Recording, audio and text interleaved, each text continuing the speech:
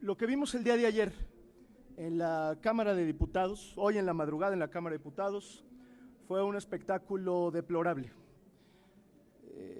Lastima mucho a la vida pública de México y lastima, por supuesto, al arreglo democrático. El contenido de la reforma electoral en sí mismo es un retroceso en toda la extensión de la palabra. Como lo comentaba yo hace algún momento con algunos de ustedes, basta con observar que esta es la primera reforma electoral en la época moderna de México, donde se promueve desde el poder para mantenerse en el poder. Ese es el objetivo de esta reforma electoral: capturar y lastimar a la institución electoral y al tribunal para tratar de ganar en la mesa lo que tienen miedo a perder en las urnas. El proceso legislativo fue de lo más desaseado. Tan es así que yo les apostaría que hoy la gran mayoría de los y las diputadas no saben exactamente lo que aprobaron.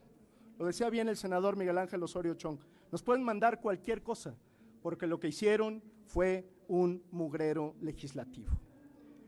En cuanto al Senado de la República, me da enorme gusto que el bloque de contención haya podido llegar a un acuerdo en torno a la posición que se debe mantener en este Senado. Lo primero que destaco es la voluntad de las y los coordinadores parlamentarios para darle su lugar al Senado de la República.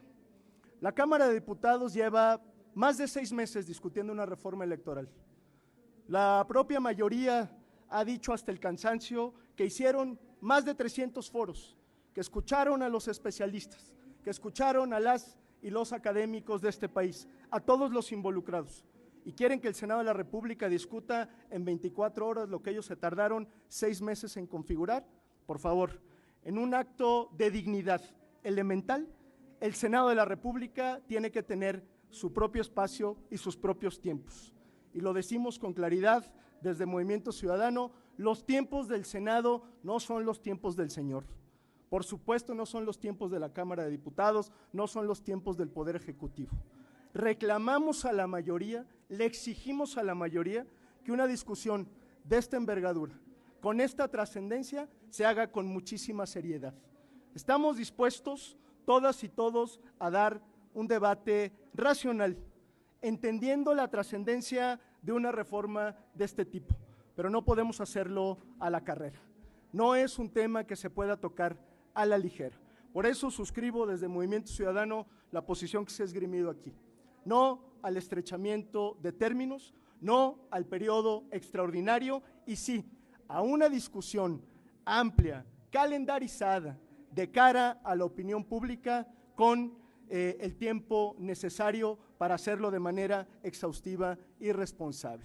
Si nosotros caemos, si el Senado de la República cae en la tentación de discutir y aprobar esto al vapor y con prisa, lo que vamos a hacer es sonar las alarmas antidemocráticas, no en México, sino en el resto del mundo. Porque luego a la Cuarta Transformación, y con esto termino, les da por inspirarse pues justamente en los ejemplos negativos. Basta con ver lo que está sucediendo en Perú, pues para tratar de sonar las alarmas de manera anticipada. Hay una posición razonable, responsable de lo que debe contener eventualmente una reforma electoral y necesitamos darnos el tiempo suficiente para ello. Primero, sobre el tema del estrechamiento. Naturalmente no tienen los votos para lograrlo, necesitan 2/3 partes y mientras el bloque de contención siga unido como hasta ahora, eso no va a suceder y creo que es lo mejor que le puede pasar al Senado de la República. Segundo, ya tenemos argumentos suficientes en este momento para poder ir a la Corte, porque han violentado todos los procedimientos legislativos. Y por supuesto que hay antecedentes, no quiero aquí extenderme, en el sentido de que cuando los procedimientos legislativos no se observan, pues naturalmente la Corte tiende a anular los paquetes legislativos y este podría ser el caso. Y tercero, yo sí tengo una petición al senador Ricardo Monreal, haciendo eco de lo que se ha dicho aquí. Hay momentos de definición en la vida política y en la vida pública. Sin duda, este es uno de ellos. Hoy está de por medio la viabilidad democrática del país y él, no tengo la menor duda, es un demócrata. La circunstancia y el momento le exigen y le obligan a comportarse como tal. Si es un hombre que está a la altura de este momento, no tengo ninguna duda que lo que aquí se ha puesto sobre la mesa, nuestros argumentos, nuestro planteamiento será bien recibido por el líder de la mayoría. Si no lo hacen así, él y su mayoría van a pagar una grave consecuencia y van a ser los culpables del retroceso democrático de México.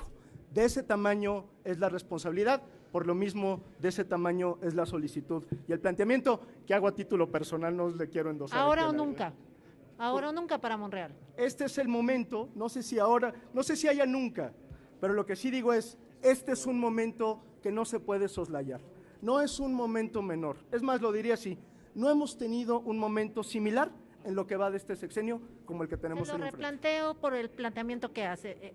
O sea, si él vota a favor de esa reforma, ¿cierra las puertas con la oposición o se lo pueden perdonar? Perdón, mi respuesta es, quien vote a favor de esta reforma no va a tener cara para pedir el voto ciudadano ni para hablar de un esquema democrático, mucho menos de hablar de un planteamiento de futuro. Pues es un retroceso no de las leyes electorales, sino de una conquista generacional. Llevamos 30 años construyendo instituciones democráticas y elecciones más o menos limpias en este país para que de un plumazo, que no se nos olvide, el plazo para hacer una reforma electoral es 6 meses antes de que inicie formalmente el proceso electoral, es decir, tenemos hasta mayo del año que entra. ¿Por qué las prisas? ¿Por qué la obsesión de sacar un bodrio legislativo que puede poner en riesgo a la democracia electoral en México? Por eso aquí con toda responsabilidad decimos, démonos el tiempo necesario, no para sacarlo en un fin de semana, Perdón, usted no para sacarlo ni siquiera en una semana, para dar una discusión amplia, razonada, documentada de lo que requiere una reforma de este tipo. En su conferencia anterior habló de 4 meses o lo entendí mal. ¿Perdón? En su conferencia anterior usted habló de 4 meses. ¿Yo? Sí. No, yo dije que tenemos hasta mayo del próximo año y creo que ese es un referente que tenemos que tener en mente, por supuesto, porque no nos pueden obligar a dar una discusión forzada con el tiempo encima que nos haga justamente cometer los errores que están cometiendo en la colegisladora. Pues nosotros estamos pidiendo algo, exigiendo algo que es absolutamente razonable. Tiempo para discutir con amplitud y con responsabilidad. Así es la democracia. Si no les gusta a los de la Cuarta Transformación, pues que lo digan de una vez. No, hay pocas cosas que son inevitables, pero una reforma electoral sí lo es, sobre todo cuando trastoca principios democráticos, sobre todo cuando lo que está de por medio es un arreglo constitucional para transferir el poder de manera pacífica, para contar los votos, para que todo mundo participe en cuestiones de equidad.